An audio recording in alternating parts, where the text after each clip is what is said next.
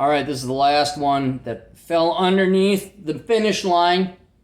All other requests henceforth will be charged triple if you need it before the 29th. Hello, Cappy. Please keep my name, location, schools private if the answer will be a video. English is not my first language, so I apologize in advance for making any mistakes. Your English is actually very good. You use paragraphs. Thank you. Status, you're a Latino, upper mid-30s, divorced after 5 years marriage, stupidly enough, married a single mom. Doesn't matter where you live. Happily divorced. You are on the short side, but not necessarily for your country. You're in shape. No problem dating 15 years younger. Rent a fully furnished one-bedroom with my dog. Life is good. Education. Majored in business. Master's in marketing. MBA. Isn't that considered an MBA? Master's in marketing is just an MBA with a concentration in marketing. All from top local schools, but beside the MBA, which was online and inexpensive. By December this year, I'll graduate. I will graduate December this year. Graduate from law school, attended nights, top 1%, teaching. The law school is number 2 in my country. Received, okay. Money, I'm trying to keep you in, I don't want to identify all these nouns, proper nouns. Career, production manager for a place. Make around that much per year, which translates into US 40K, which if that times 12. So you make, if we were to, for the rest of the American audience or European audience, I guess we all know US dollars, you're making purchasing power around 105, 110 US. And I'd argue, I'd have to look the Big Mac index up to see what purchasing power parity looks like over there. But you may have a higher, even higher standard of living than that. Cash savings around 45,000 US. Retirement is another 53,000 US. Total expenses for the year is 15,000 US. Okay, so there's your cost of living 3 times. Yeah, you're not doing bad, man. Drive a cheap used vehicle with low miles. No debt, zero, nada. Hate fucking debt. I had to climb out once, never doing again. By chance, did it have something to do with your ex? Just wondering. So my law school is heavily environmentally focused. They cover 75% of tuition for me to go to a law school in the United States. I won't mention where. And it's highly ranked. Hang on. Let me check one thing.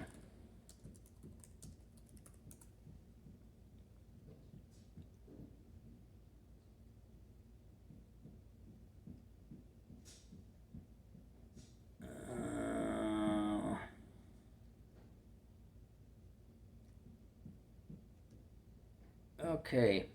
All right, here we go. I'm glad I looked this up. Bear with me.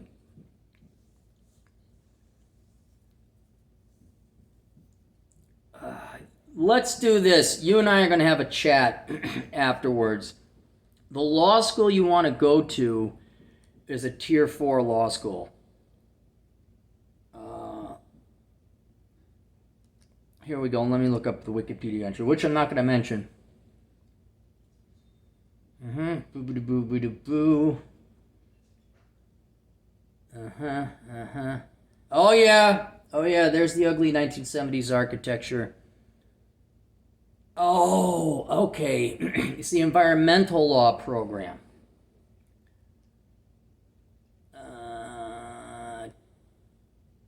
Yeah, this is a Tier 4 school. Yeah, okay. The sub-program that you're interested in is ranked number 1. The school itself is not ranked number 1. Okay. My share of tuition and living expenses for a year in the state that this place is would be around $30,000, which I could pay without loans. They have also offered an adjunct part-time position after return to sweeten the deal, as they say. In my home country, you're required by law to have a master's degree in your teaching field if you're going to teach undergrad. I guess you were thinking, why did this guy go to law school in the first place? I want to be a judge. Back in my country, judges are selected by public merit contest on a point system. Fully secure government job, starting salary around that goes up to that, which is 47,000 US starting, 105 US top, which is roughly what you're making now. All promotions are merit based. So PhD is a really big deal for higher levels. Contrary to USA, here you can become a Supreme Court justice starting as a common judge. No comments. I'm just going through all that. Is the experience of full-time study worth it? I have always worked full-time and studied nights and ended up getting better paying jobs. This is a new thing to me, considering that someone else is going to foot part of the bill. We'll have to wait 5 years after graduation to interview for judges. 5 years, so what do you do? So I went through it again, and I had a question like, well, why are you're kicking ass now? You're doing very well in your field. You could be groomed to be a CEO, or certainly if you get through some accounting in there. Why do you want to become a judge? Where do the answers go? So the first question, one, why do you want to switch from business to law? You already have incredibly successful in business, so to abandon that, you must have a passion for law. But what experience do you have in law that makes you know you'd enjoy it? Risking, here's his answer. Risking, this might sound somewhat snowflakey. I'm bored out of my mind working in business. Well, yeah, it's work. So don't think when you go to law and become a judge it's going to be fun, exciting shit either. Having worked in many industries, you had an interesting gig there too. Worked weekends and nights during the weekends. I chose to attend law school for the option of becoming a judge, which I feel is a very highly respected position. Forget respect, get paid. You think my job now is respect? I don't care if people respect. I get paid. Alex Patino, you think he's excited about being a truck driver? Kind of actually is, maybe, but he gets paid. Help people solve their problems and society improving. Oh, look at you. Yep, the meaning crap I hate about Gen Z. Well, you're honest. We'll still work in business after law school, as I need at least 5-year post-law to apply for a judgeship. But behind all that feelings things, one, stable government job. All right, here's more critical reasons. Stable government job until 70 with a great pension. 2, very well paid. 3, office hours. Yeah, until your country goes into revolt again, and then the pensions aren't funded anymore. Sounds like a very smart job. 2, this is my question to him again. Why become a judge as opposed to working as a lawyer, either in the judicial system or as a corporate lawyer? I'm trying to understand your desire to become a judge as opposed to many other jobs. You could have been working as a lawyer. Same 3 points as above. Lawyers work crazy hours in law firms for less money than I make now. Not a smart choice. Okay, top guys make a killing but have absolutely no life. Not my cup of tea. I usually make choices in the same pattern. Least investment for maximum reward. Just this time I feel everybody's cheering for me to spend a shit ton of money on something I could potentially get here for half the amount. Don't know if it's a good choice that I am no longer 20 years old, so no 45-year-old career to capitalize on. So the state that he would come to the United States to go to law school for 2 years, night school, home, keeping a job, having downs if the whole new opportunities thing is real and worthwhile, or just suck it up, grind out, do the cheap way, blah, blah, blah, blah, blah. All right, so I will rule. I need a gavel. I can hit with the gavel. I will make my ruling. But you're a judge. You know what a gavel is. The school that you want to attend to in the United States, whoever they're going to pay you to attend to, is a tier 4 school, which is the shit tier. It is not a good school. All right? I'll look that up a little bit more. We'll have an email conversation about this later.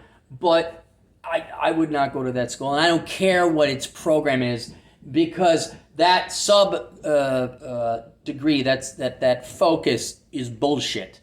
Right? Now, I'm sure there's some importance in environmental law. I'm sure that, compliance and all that other stuff. But when I see a highly ranked individual program in a completely crap ranked law school, or any school for that matter, it's not worth it. And now here's the problem, and I don't have the answer to this, and you might. Because you're in a foreign country, is any degree from the United States looked favorably upon? Or do they know that there's a bunch of shit schools here, and if you go to a shit school, they'll be like, you went to this shit school. These Americans, you guys have seen the news about American higher education, right? Even our Ivy Leagues are pretty stupid now. And I would say, no, it's not worth the money to go there. Absolutely not. And whoever's paying your way to go to, subsidizing you to go get a law degree in the United States, I would say, no, send me to a real law school. Don't send me to that shit school. We can talk about this later, but there's 4 tiers, 1, 2, 3, 4. 1, that's where you want to be. I don't know how many foreigners they accept. Maybe they do, I don't know. But usually you're here in the United States working law. 2, there's nothing really wrong with them, but you ain't going to work at the big fancy law firms. I'm saying 3 and 4, throw them in the trash. Unless you want to do wills and probate and boring stuff like that, throw them in the. And law school is tough. I wouldn't go to that law school. I go to the law school in your home country. It'll be more germane to your laws. I think it would serve your community better and help you become a judge better. Unless, of course, American law degree, and oh my goodness, you went to American law. But from an investment, a return on ROI investment analysis, no, I would not go to the United States. Not that school. Absolutely not. I would continue to work, save your money, go to a good local, your home country law school, and that's what I would do. Now, that being said, if an American law degree is favorably looked upon, I would not rule you coming out to the United States. And here's the reason why. Let's say you do, it is preferred, okay, American law degree, whatever. Suck the big American dick, yay. And someone were to pay for it, and it's a reputable U.S. law school, I'd have no problem you coming here, not only because it's going to serve your career, but you are the personality type where, okay, you want to become a judge, but you got hustle, you got work ethic, you got no liabilities, you got no debt, you got no children, and it would seem international experience would look really good on your resume. And down the road, that international experience, if you're going to go into law and become a judgeship, when you get to be an old fart like me or even older, you might be tapped for a high-level government position. You might be the ambassador to the United States. You might be put on some kind of foreign attaché. You speak English too very well, or write it at least good anyway. You writes it good. He writes it good down there in that country. You have the makings, I think, that as you got older, that if you had international experience, or at least an international education, you will certainly have the private sector experience and real world working experience, that you might be tapped on the shoulder by the future president of your country. Like, hey, we saw your resume here, and you've been a judge for 15 years, and you speak the English. We want to send you to Europe or United Kingdom. We want to send you to Canada. We want to send you to the United States. And then, because I looked through your resume again, I didn't want to identify all the different things you've done. You got a lot of flavor and color in your background. And and I'm thinking that's reflective of your personality, and that an international aspect or international traveler would certainly be up your alley, or your cup of tea, or whatever the idiom is, the saying is. It would jive with you well. So I would not go to that school. If you could find another more legitimate, more authorized school, and a U.S. law degree is looked favorably upon in your home country, then I would do it. But otherwise, no, I would get your home country law degree, and then worry about the international angle later. But yeah, man, I wouldn't be against it if you went to a better school and help you out in attaining your judgeship. All right, there you go. Now Cappy's done. We'll see you guys later. Toodles.